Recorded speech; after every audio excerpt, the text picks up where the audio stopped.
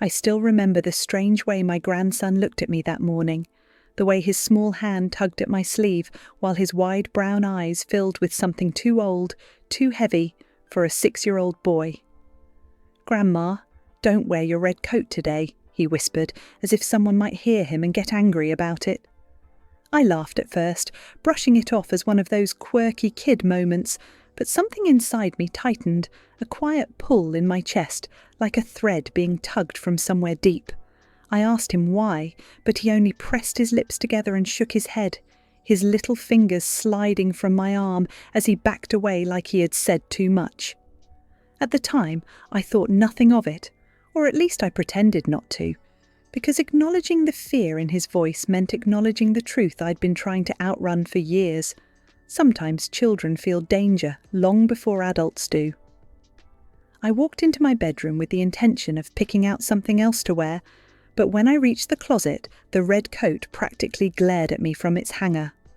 It was bright, bold, and warm, a gift from my late husband before he passed, one of the last pieces of him I still clung to. I touched the sleeve, running my fingers over the soft wool, remembering the night he gave it to me. "You need colour in your life," he'd said, draping it over my shoulders. "You deserve to be seen." I once believed him. Now I wasn't so sure. After he died, the world turned colder, smaller, and I learned quickly that being seen wasn't always safe, especially for a woman living alone with a grandson whose mother, my daughter, had vanished with no explanation. I convinced myself she would come back, but as the months stretched into years, my belief became a quiet ache I kept tucked beneath my ribs. I'd worn that coat almost every winter since, using it like armour against the loneliness. But that morning, after hearing my grandson's trembling warning, something stopped me. It was like an invisible hand pressed against my chest, urging me not to reach for it. But habit is a powerful thing. I pulled the coat from the hanger anyway, holding it in front of me as if weighing its worth against the strange dread curling at the back of my mind. Snow fell quietly outside the window in soft, slow flakes that sank into our yard without a sound, and for a moment everything felt too calm, too still, the kind of stillness that makes your skin tighten. I heard my grandson's footsteps in the hallway, the way they hesitated near my door as if he wanted to make sure I listened. I didn't want to scare him, so I put the coat back, choosing a plain black jacket instead. When I walked out, he looked relieved, truly relieved, like he had been holding his breath. He didn't smile, though. Children smile when something feels good, not when something is avoided. That difference matters. I took his hand, and we stepped outside, and the first thing I noticed was the strange car parked across the street. Old model, dark windows, engine running though no one was inside. The hair on my neck prickled. I gripped my grandson's hand tighter and hurried him to the bus stop, my eyes flicking back to that car over and over. Every instinct in me screamed that something was wrong, but instincts are hard to trust when you've spent years forcing yourself to ignore them. When the bus finally came and he climbed on, he hesitated at the top step, turning around to look at me with that same old man worry he shouldn't have carried. "Don't wear it, Grandma," he said one last time before the doors closed. I watched the bus pull away, snow collecting on my shoulders, my breath forming little clouds in the cold air. The car across the street drove off slowly, almost too slowly, like it wanted me to notice. And I did. I stood there long after the bus disappeared, feeling a chill that had nothing to do with winter. I didn't know it then, but that decision, choosing not to wear the red coat, would save my life. Because later that day, when I returned home, I found footprints in the snow leading straight to my front door, footprints that didn't belong to me or my grandson, footprints circling the house again and again like someone had been watching, waiting. And later still, when the sun began to set, I discovered something tucked beneath the doormat, a torn scrap of fabric, bright, red, my red, a piece of my coat that should have been hanging safely in my closet. Only it wasn't, and that's when I realised someone had been inside my house. I stood frozen in the doorway, the tiny piece of red fabric pinched between my fingers, the cold seeping into my bones as if the winter wind had reached straight through my skin. My red coat was still hanging in my closet when I went to check, except it wasn't whole anymore. The bottom hem had been sliced clean off, like someone had taken a knife to it with careful, deliberate hands. I could feel myself shaking, though I wasn't sure if it was fear or anger or the realization that the walls I trusted, the home I thought was safe, had been breached while I was just down the street putting my grandson on the bus. The thought of someone being inside while we slept, stepping through the hallways where my life lived, where my grandson's drawings hung crooked on the walls, made me grip the doorframe so tightly my knuckles turned white. I walked through each room slowly, my eyes scanning every corner, every shadow, every chair slightly moved from where I remembered leaving it. The silence was thick, heavy, and I kept imagining the creak of the floorboards beneath someone else's feet, the slow breath of a stranger hiding where I couldn't see. When I reached the spare room, the room that used to belong to my daughter before she disappeared, I stopped. The window was cracked open just an inch, just wide enough for cold air to drift in, just wide enough for a hand to slip through. My heart sank. I locked it immediately, pulling the curtain aside to peer through the glass, but all I saw were the pale shapes of houses lined under the falling snow. The world looked peaceful, innocent even, but I didn't believe it. Something was off. Something was watching. I could feel it like a weight pressing against my spine. I sat down on the edge of the bed, the mattress sinking beneath me as I tried to steady my breath. My mind drifted, uninvited, to my daughter. The day she left. The last time she slammed the door behind her with that stubborn fire in her eyes, saying she needed space, saying she needed to breathe, saying motherhood felt too heavy. I blame myself for not understanding, for not seeing her struggle, for not doing more. But in the years since, I learned that disappearance leaves more scars than death. With death, you mourn. With disappearance, you wait, and waiting can kill you slowly.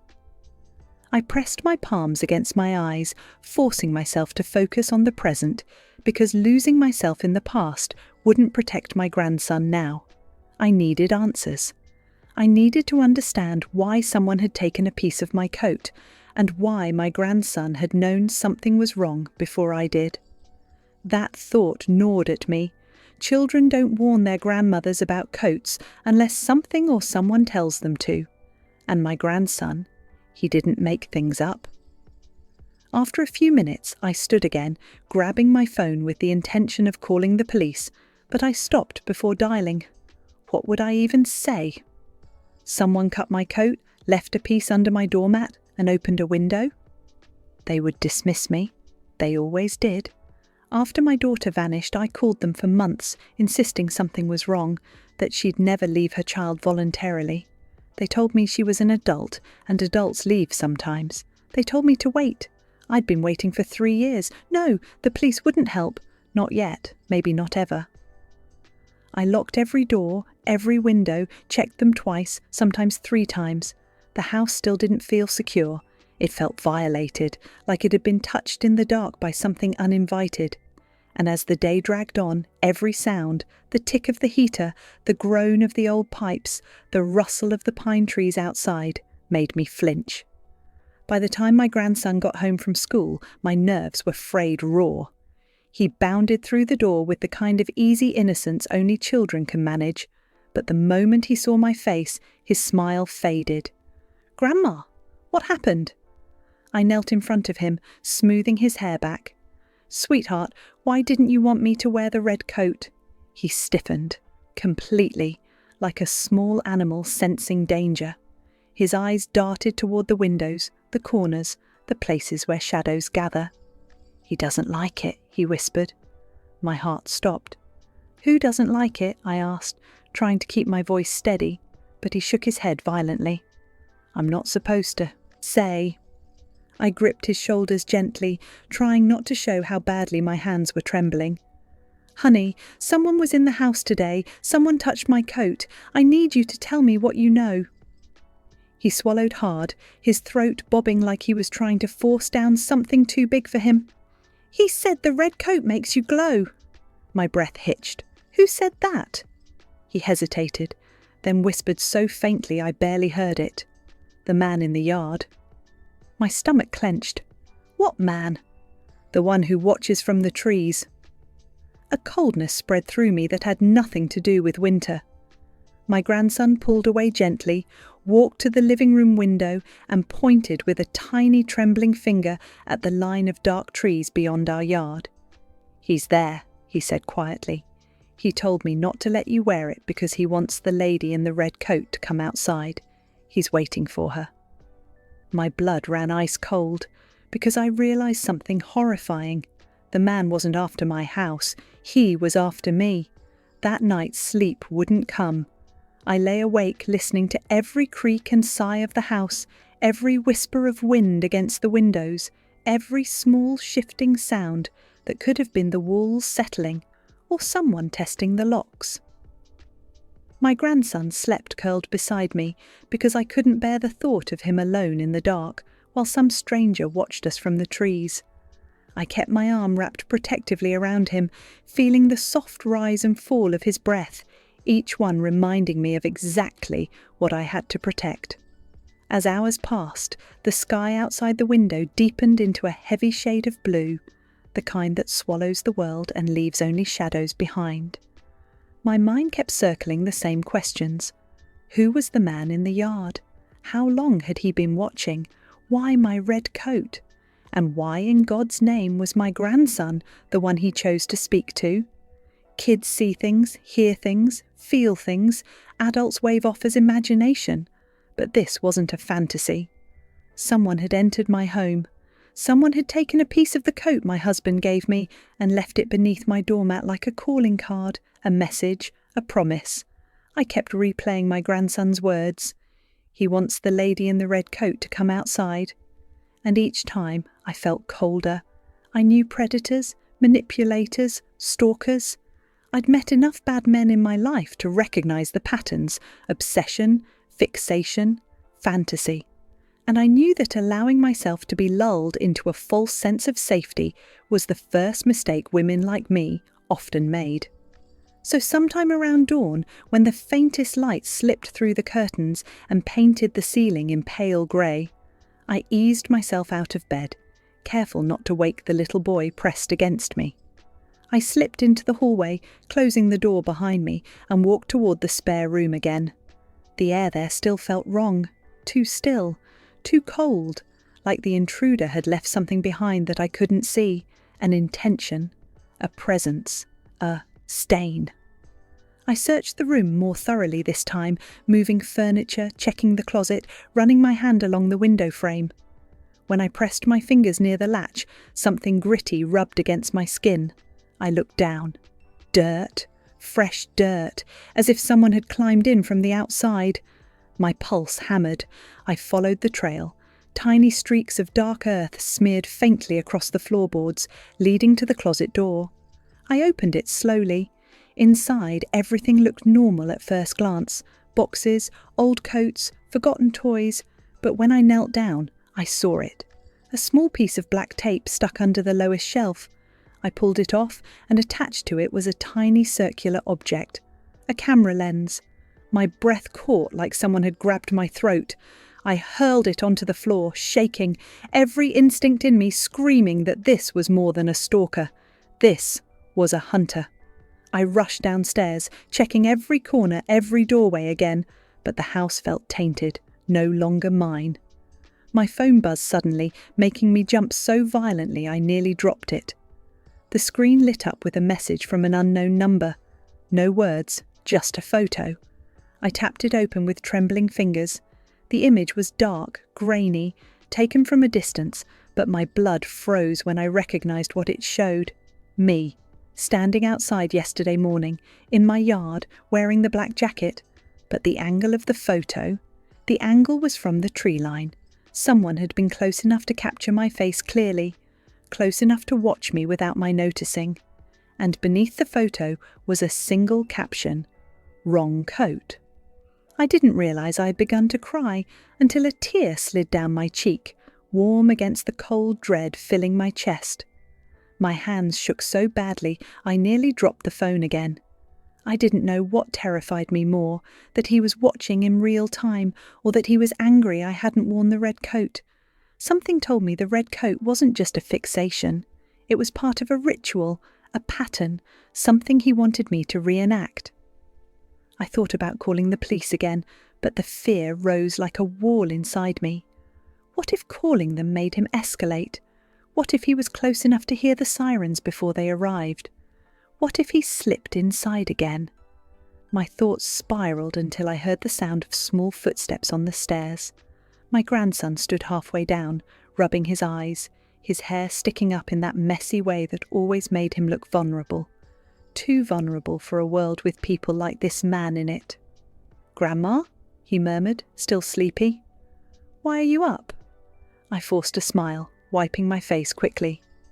"Just making breakfast, sweetheart." He nodded, trusting me, and went to sit at the kitchen table while I cracked eggs with hands that wouldn't stop trembling. As I cooked, he sat swinging his legs, humming softly, unaware of the storm circling our lives. I kept glancing at the window, convinced I'd see a shadow behind the glass at any moment, a figure lurking between the trees. But what scared me most wasn't what I could see. It was what I couldn't.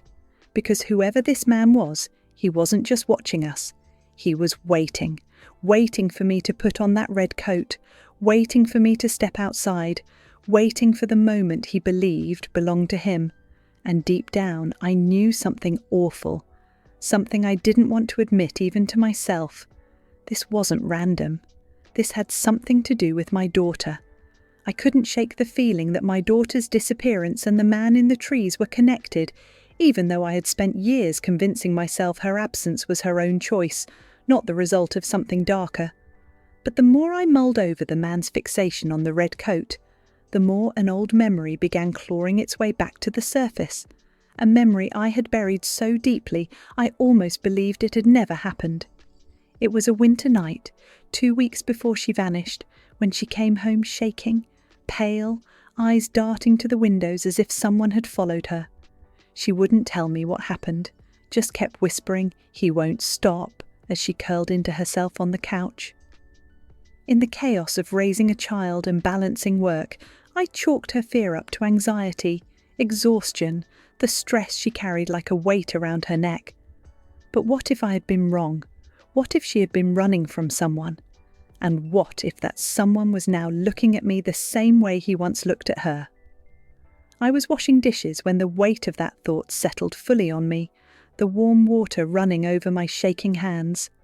My grandson sat on the floor of the living room, drawing with his crayons, occasionally lifting his head to look out the back window with a wariness no 6-year-old should possess. Every time he looked out there, my heart twisted. He shouldn't have known fear like that. When the phone buzzed again, I felt my stomach drop. Another unknown number, another message. I dried my hands quickly, dread coiling tight in my belly as I opened it. This time it wasn't a photo. It was a video. I hesitated for a second before pressing play. The screen flickered, grainy at first, then sharpened enough for me to understand exactly what I was seeing.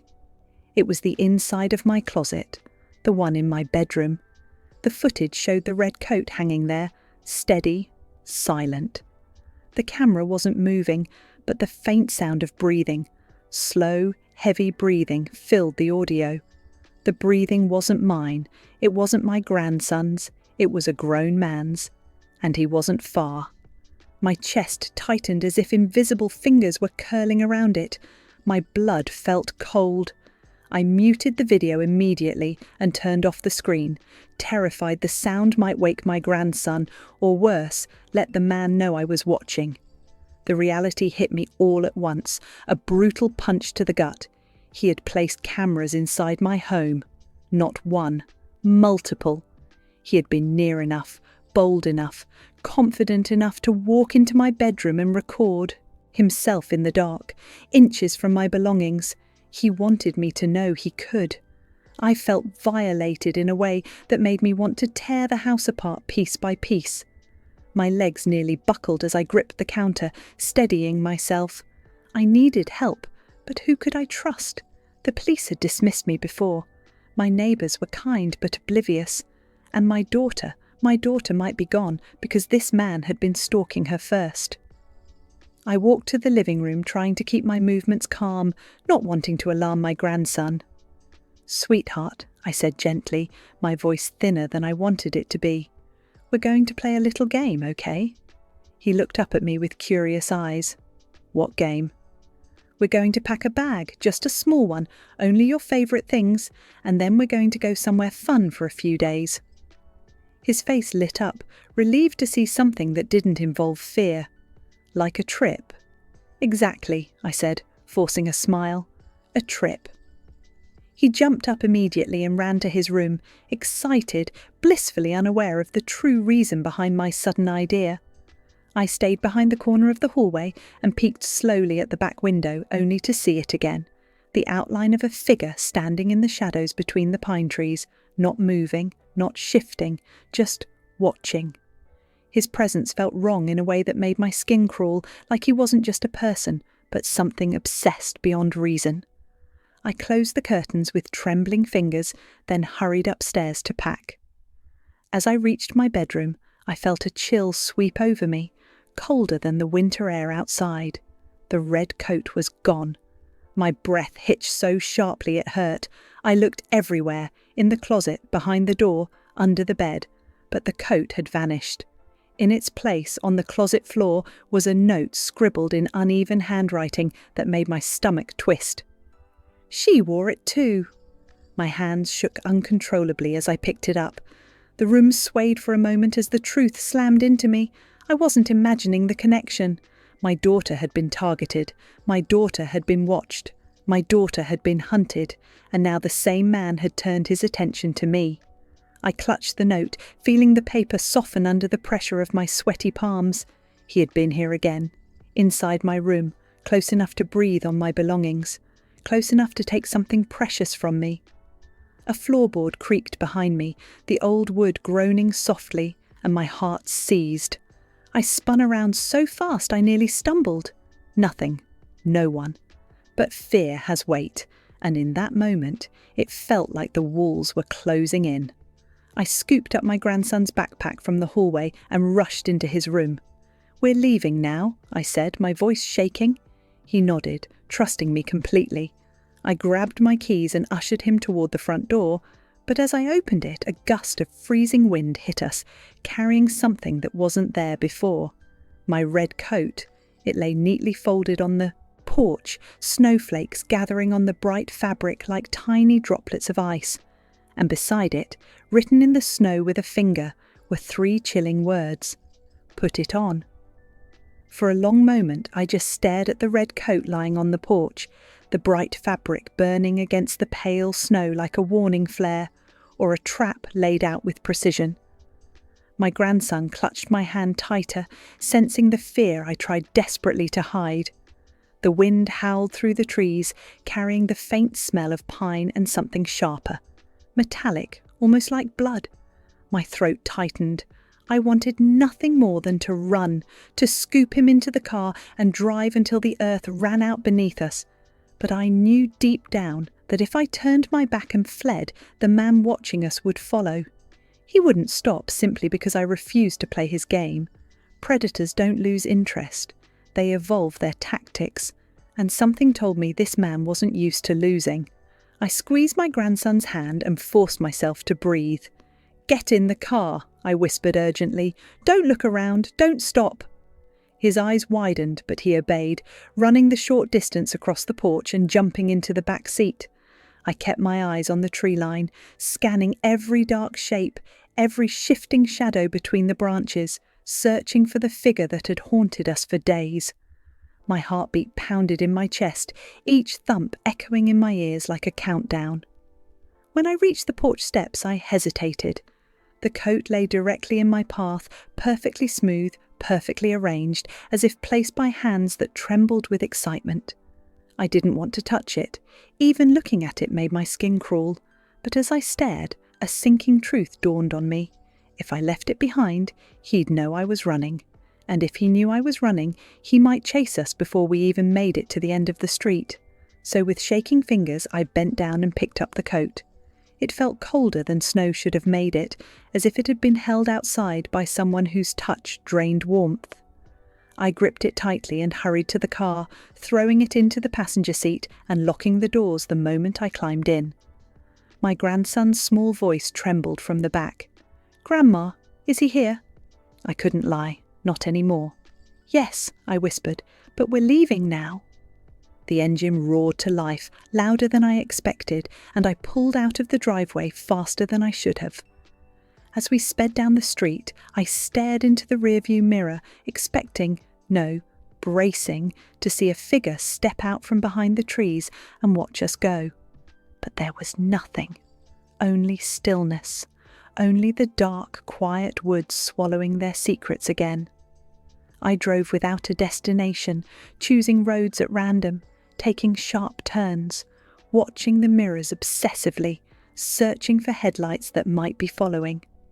My grandson sat quietly, hugging his backpack to his chest, his wide eyes reflecting my fear.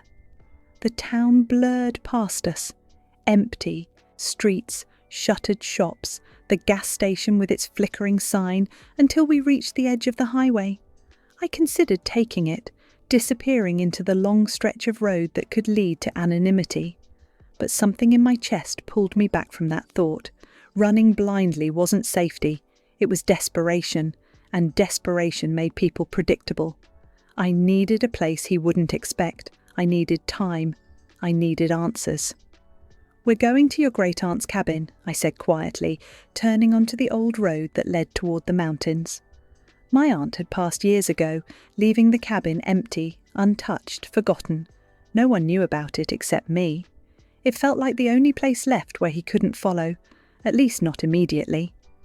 Snow began falling harder as we climbed the winding road, thick flakes slashing across the windshield, forcing me to slow down. The forest grew denser, darker, the sky sinking into a heavy shade of grey that felt too close, too suffocating, as if the world itself was holding its breath. My grandson leaned forward. "Grandma, what if he finds us there?" I didn't answer right away, because lying to children feels like betrayal. Instead, I reached back and squeezed his knee gently. "I won't let him hurt you," I said. "I promise."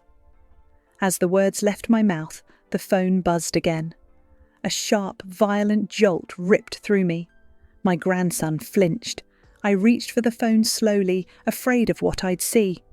Another message. No number, no name, just a single image. I tapped it with trembling fingers. The photo showed the inside of the car, my car.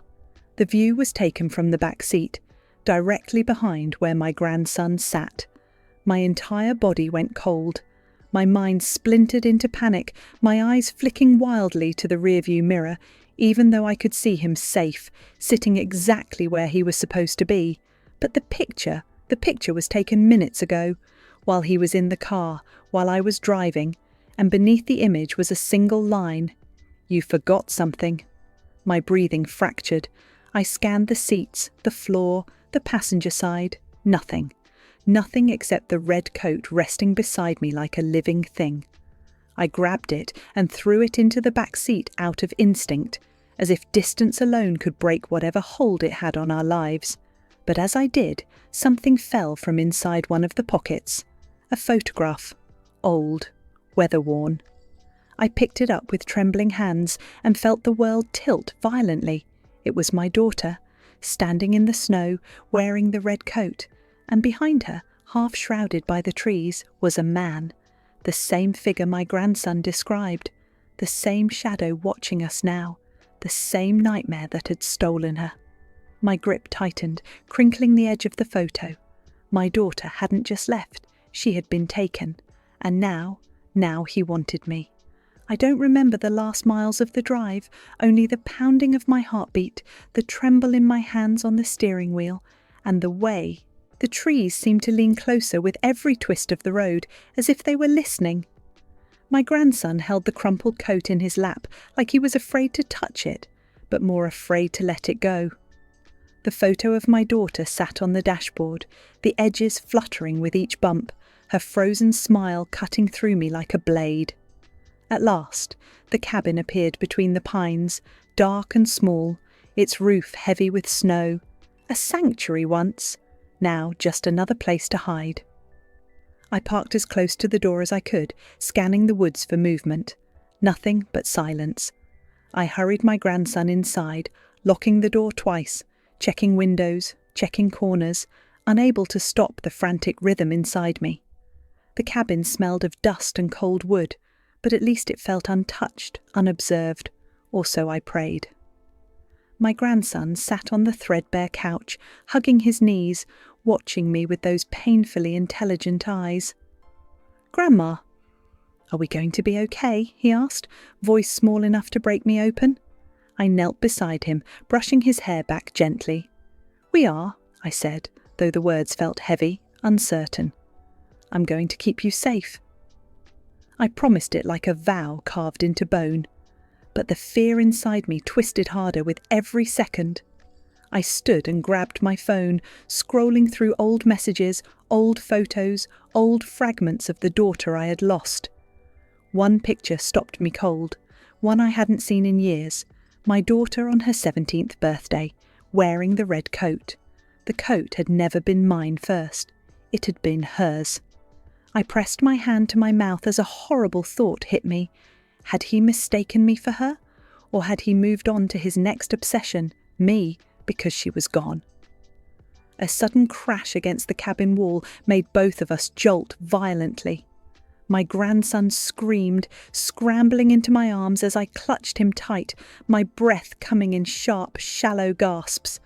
I held perfectly still, listening. Another thud, soft, deliberate, moving along the outside wall, slow enough to hear every footstep in the snow.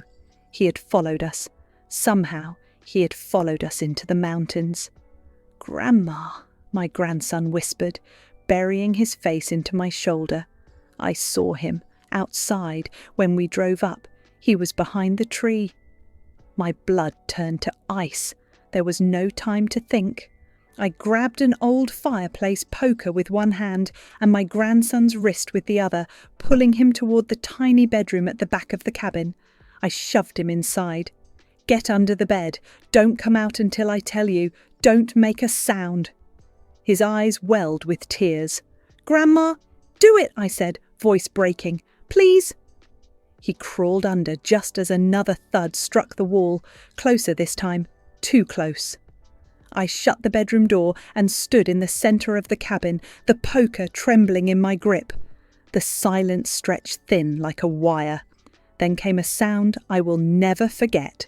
A slow, dragging breath right outside the window. My stomach lurched. I turned, heart hammering, just in time to see a silhouette pass across the thin curtain. Tall, broad, moving like he knew exactly where I was standing. Snow crunched beneath his feet as he circled the cabin. Once, twice. The same slow, predatory walk my daughter once feared. My breathing grew shallow as I realised something unsettling. He wasn't trying to break in. Not yet. He wanted me to panic. He wanted me afraid. He wanted the ritual, the coat. My eyes landed on it, still on the couch where my grandson had left it. Bright, red, waiting, and suddenly it all clicked together with horrifying clarity. Every message, every intrusion, every photograph, it wasn't random. It wasn't even just obsession. It was reenactment. He was replaying the night he took my daughter, and I, wearing the coat she once wore, was meant to complete the story he had rewritten in his twisted mind. Rage flooded me then, hot, fierce, consuming. I grabbed the coat and threw it into the fireplace, shoving logs on top of it, striking a match with shaking fingers. The flame caught quickly, spreading over the fabric, curling it inward as the wool darkened and shriveled. For a moment, the firelight illuminated the cabin in violent orange, like the room was breathing flames. Outside, the footsteps stopped, and then, for the first time, a voice, low, raspy, too close. "No!" the man hissed through the wall. "Not again!" My heart plummeted. Had he said that before? Had he lost someone else? Was my daughter a replacement in some twisted pattern I could barely comprehend? The voice rose, cracking like a howl. "Bring it out!" he roared. "Bring her out!" The windows rattled from the force of it, the sound echoing through the trees like an animal in agony. I stood rooted to the spot, watching the coat collapse into ash, feeling something inside me unravel and reattach itself all at once. The fear was still there, but there was something stronger beneath it now, something ancient and immovable, a mother's fury, a grandmother's resolve, a woman who had lost enough. I gripped the poker with both hands. "You can't have her," I whispered to the flames, "and you can't have me either." The cabin fell silent, completely silent, too silent. I stepped toward the window slowly, peering through a crack in the curtain, only to find nothing. No man, no footsteps, no shadow, just endless quiet snow drifting down like a warning or a final breath. But the cabin door handle began to turn.